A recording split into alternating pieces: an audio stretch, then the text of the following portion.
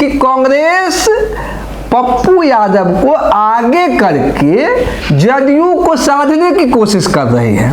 पप्पू यादव का एक्टिविटी पिछले कुछ दिनों का देखे तो ऐसा लग रहा है कि वो महागठबंधन में रहते हुए आरजेडी के खिलाफ ज़्यादा बोल रहे हैं।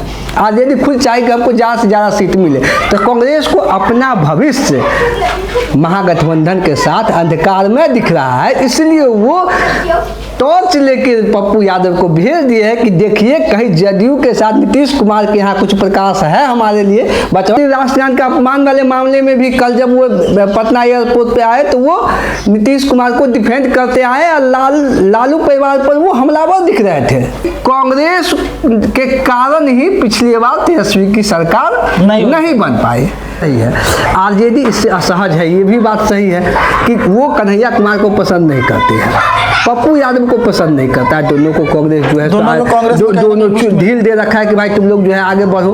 कांग्रेस और राजद के बीच में बहुत बड़ी भिड़ंत हो सकती है क्योंकि कन्हैया कुमार जिसको कभी भी लालू परिवार पसंद नहीं करता है, उसको बिहार में जो है तो एक यात्रा को बड़ी जिम्मेदारी नेतृत्व करने का जो यात्रा उसके नेतृत्व में बिहार में निकाल देती है, ये भी लगभग तय है। तो जेडीयू बीजेपी से असहज होती है तो नीतीश कुमार हमारे साथ आ जाए, कांग्रेस के साथ एक थर्ड फ्रंट बने, जिस थर्ड फ्रंट बनने की बात कर रहे हैं। थर्ड फ्रंट बने जिसमें जेडीयू हो, कांग्रेस हो और भी दूसरे दल हो सकते हैं। नमस्कार, मैं हूं प्रशांत। देखिए, बिहार के अंदर बड़ा खेल होने का भनक निकलकर सामने आया है। खेल अब किसके साथ होगा ये भी बहुत चौंकाने वाली बात है। जब जानेंगे कि किसके साथ कौन खेल कर रहा है तो आपको भी अपने कानों पर विश्वास नहीं होगा, क्योंकि बिहार में राजनीति में एक बहुत बड़ी उठापटक देखने को मिलने वाली है। इस मुद्दे पर बातचीत करेंगे, हमारे साथ राजनीतिक विश्लेषक अमित सिंह जी हैं। अब पार्टी का नाम भी खोल देते हैं, पार्टी का नाम कांग्रेस और राजद है। कांग्रेस और राजद के बीच में बहुत बड़ी भिड़ंत हो सकती है क्योंकि कांग्रेस अब राजद के साथ खेल करने के मूड में है। क्या है पूरा माजरा, समझते हैं क्या पूरा माजरा है, क्यों लग रहा है ऐसे कि अब कांग्रेस कुछ बड़ा करने जा रही है। देखिए, हम इस आधार पर पिछले कुछ दिनों से कांग्रेस का जो मोमेंटो है काम करने का, बिहार में जिस तरीके से कांग्रेस का एक्टिविटी बढ़ा है, राहुल गांधी 2 बार आए, उसके बाद बिहार प्रभारी चेंज हुआ, कृष्णा अल्लावरू आए, उनके आने के बाद अखिलेश प्रसाद सिंह से उनका जो है बना नहीं, तो केंद्रीय नेतृत्व में तुरंत संज्ञान लिया ताकि कृष्णा अल्लावरू सही से काम कर सके, तुरंत संज्ञान लिया। लालू के बेहद करीबी अखिलेश प्रसाद सिंह को अध्यक्ष पद से हटा के नया राजेश राम जी को जो है अध्यक्ष बना दिया। एक वहाँ पे सीन ये दिखता है कि पप्पू यादव भी कांग्रेस के घनघोर समर्थक हैं, निर्दलीय सांसद बने हैं लेकिन वो कांग्रेस को घनघोर समर्थक है, कांग्रेस के कैंपेन में नजर आते हैं, हर जगह जहाँ भी कांग्रेस को जरूरत होती है वहाँ प्रचार के लिए उपलब्ध रहते, सब कुछ रहते हैं। पप्पू यादव का एक्टिविटी पिछले कुछ दिनों का देखे तो ऐसा लग रहा है कि वो महागठबंधन में रहते हुए आरजेडी के खिलाफ ज़्यादा बोल रहे हैं, बीजेपी के खिलाफ भी बोलते हैं लेकिन नीतीश कुमार के प्रति उनका सॉफ्ट कॉर्नर है। बीते 2-3 बयान से सीधा डिफेंड कर जाते हैं, डिफेंड करके। अभी रिसेंटली राष्ट्रगान का अपमान वाले मामले में भी कल जब वो पटना एयरपोर्ट पे आए तो वो नीतीश कुमार को डिफेंड करते आए और लालू परिवार पर वो हमलावर दिख रहे थे। वो पूछ रहे थे कि आपके साथ भी तो नीतीश जी थे, विधानसभा में बयान दिए थे, तब मोदी जी जो है उनको आलोचना कर रहे थे, तब आप कहाँ थे। तो लगातार वो जो है ऐसे कर रहे हैं, तो हमको ऐसा राजनीतिक गलियारे में चर्चा हमको सुनने को मिला है कि कांग्रेस पप्पू यादव को आगे करके जदयू को साधने की कोशिश कर रही है। वो इसलिए इस बात को पुख्ता इसलिए हो रहा है कि महागठबंधन का प्रतिद्वंदी सबसे बड़ा कौन है बिहार में, नीतीश कुमार है, बिल्कुल। तो वो पप्पू यादव नीतीश कुमार के प्रति सॉफ्ट है, ठीक है, मतलब जो सबसे बड़ा प्रतिद्वंदी है उसके प्रति सॉफ्ट है। महागठबंधन का सबसे बड़ा दल कौन है, आरजेडी, बिल्कुल। आरजेडी के पर हमलावर हैं, अपने ही गठबंधन के बड़े दल को टारगेट कर रहे हैं। कांग्रेस जो है आरजेडी के करीबी जो अध्यक्ष है उसको हटा देती है शीर्ष नेतृत्व, नया अध्यक्ष को दे देती है। कन्हैया कुमार जिसको कभी भी लालू परिवार पसंद नहीं करता, उसको बिहार में जो है तो एक यात्रा को बड़ी जिम्मेदारी नेतृत्व करने का जो यात्रा उसके नेतृत्व में बिहार में निकाल देती है। तो ये सारा घटनाक्रम ऐसा लग रहा है कि कांग्रेस आरजेडी को संदेश दे रही है कि भैया आप जो हम पे आंख दिखा रहे हैं, तमाम महागठबंधन के दल ये आरोप कांग्रेस पर लगाते रहे हैं, महागठबंधन के दल ही राजनीतिक विश्लेषक भी, कि कांग्रेस के कारण ही पिछली बार तेजस्वी की सरकार नहीं बन पाई। अब ये तोहमत है कांग्रेस पर, लेकिन ये अलग बात है कि जितना भी सीट उसको दिया गया था बहुत ही कठिन सीट दिया गया था, लेकिन ये तो फैक्ट है कि कांग्रेस को 70 सीट मिला, 19 सीट ही वो जीत पाई थी। तो ऐसे स्थिति में कांग्रेस को लग रहा है कि आरजेडी हमको इस बार कम सीट देगी, तो कांग्रेस खुद को मजबूत करने के लिए लगातार प्रयास कर रही है।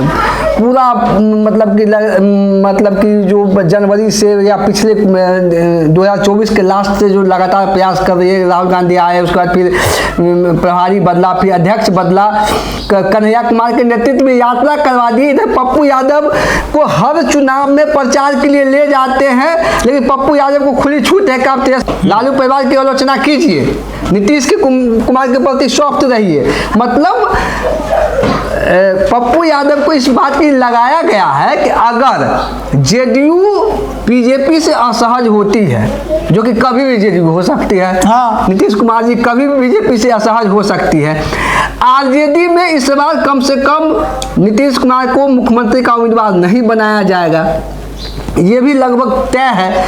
तो जेडीयू बीजेपी से असहज होती है तो नीतीश कुमार हमारे साथ आ जाए, कांग्रेस के साथ एक थर्ड फ्रंट बने, जिस थर्ड फ्रंट बनने की बात कर रहे हैं। थर्ड फ्रंट बने जिसमें जेडीयू हो, कांग्रेस हो, और भी दूसरे दल हो सकते हैं, और भी जो जनसुराज आ सकता है, नहीं आ सकता है बात करें, लेकिन ये चल के अगर जेडीयू आता है तो जेडीयू के पास एक वोट बैंक का चंक है, जेडीयू है, कांग्रेस का भी कुछ भी नहीं है, तभी कुछ न कुछ वोट है बिहार में।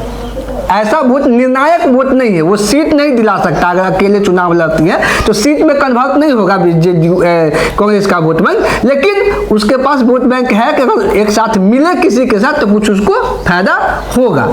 तो और एक नया प्रयोग भी होगा जेडीयू और कांग्रेस का एक नया प्रयोग हो सकता है कि इसीलिए कहीं जो दिख रहा है, हम इस हवा में बात नहीं हो रही है, जिस तरह से पप्पू यादव का ये दिख रहा है, व्यवहार दिख रहा है, जिस तरह से वो बयान दे रहे हैं लगातार, लालू परिवार पर हमलावर हैं, नीतीश कुमार को डिफेंड करते हैं कि नहीं है मानवीय भूल हो जाती है तो इसका मतलब माफी मांगेंगे, इसका मतलब उसको जेल भेज देंगे। मतलब जिस तरह से वो बात कर रहे हैं और जिस तरीके से कांग्रेस अपने संगठन को रिवाइव करने के लिए लगातार प्रयास कर रही है, आरजेडी इससे असहज है। ये भी बात सही है कि वो कन्हैया कुमार को पसंद नहीं करती है, पप्पू यादव को पसंद नहीं करता है, दोनों को कांग्रेस जो है दोनों ढील दे रखा है कि भाई तुम लोग जो है आगे बढ़ो कर रहा है। जिसको पसंद करते थे उसको हटा दिया गया, जिसको पसंद करते थे या जो उनके ग्रिप में था उनको हटा दिया गया। तो कहीं अंदर ही अंदर कांग्रेस का शीर्ष नेतृत्व ऐसा सोच तो नहीं रही है कि पप्पू यादव को आगे करते हैं, थोड़ा उसको सॉफ्ट कॉर्नर करते हैं, नीतीश कुमार के प्रति रखिए, कोई बैक चैनल बातचीत तो नहीं शुरू हो गया है नीतीश कुमार से, ये पुख्ता जानकारी हमारे पास नहीं है, लेकिन जिस तरह से व्यवहार दिख रहा है कांग्रेस का और कांग्रेस समर्थक पप्पू यादव का, उससे ऐसा लग रहा है कि हो सकता है कि कांग्रेस चाह रही हो कि आरजेडी से पिंड छूटे। आरजेडी पर बहुत सारा आरोप पहले से परिवारवाद का भी है, परिवारवाद तो कांग्रेसी भी है तो बहुत ज़्यादा मायने नहीं रखता है, भ्रष्टाचार का आरोप है तो कांग्रेस पर भी भ्रष्टाचार का आरोप तो सब पार्टी पर लगता है, लेकिन उसको लग रहा है कि आरजेडी में जाने से हमको कम सीट मिलेगा। मेन पॉइंट ये है कि आरजेडी में जाने से हमको कम सीट मिलेगा, बहुत दे देगी आरजेडी ने, पिछले बार का 70 सीट दे दे, जो कि हमको नहीं लगता इस बार देगी कि मुकेश सहनी भी उसके साथ है, मुकेश सहनी को भी सीट देना है। आरजेडी खुद चाहे कि हमको ज़्यादा से ज़्यादा सीट मिले, तो कांग्रेस को अपना भविष्य महागठबंधन के साथ अंधकार में दिख रहा है, इसलिए वो टॉर्च लेके पप्पू यादव को भेज दिए है कि देखिए कहीं जदयू के साथ नीतीश कुमार के यहाँ कुछ प्रकाश है हमारे लिए बचा, तो उनकी तरफ हम शिफ्ट हो सकते हैं। ऐसा हमको लगता तो है। देखिए बड़ा खुलासा यहाँ पर होने जा रहा है। कांग्रेस खेला करने जा रही है। तेजस्वी यादव के सीएम बनने के सपने पर अब तलवार लटकने लगा है। कहीं तेजस्वी के साथ अगर ये खेला हो गया तो फिर निकट भविष्य में तेजस्वी का सीएम बनना दूभर हो सकता है। इस खबर में इतना ही। ऐसे और अपडेट्स देंगे आपको, जुड़े रहिएगा हमारे साथ।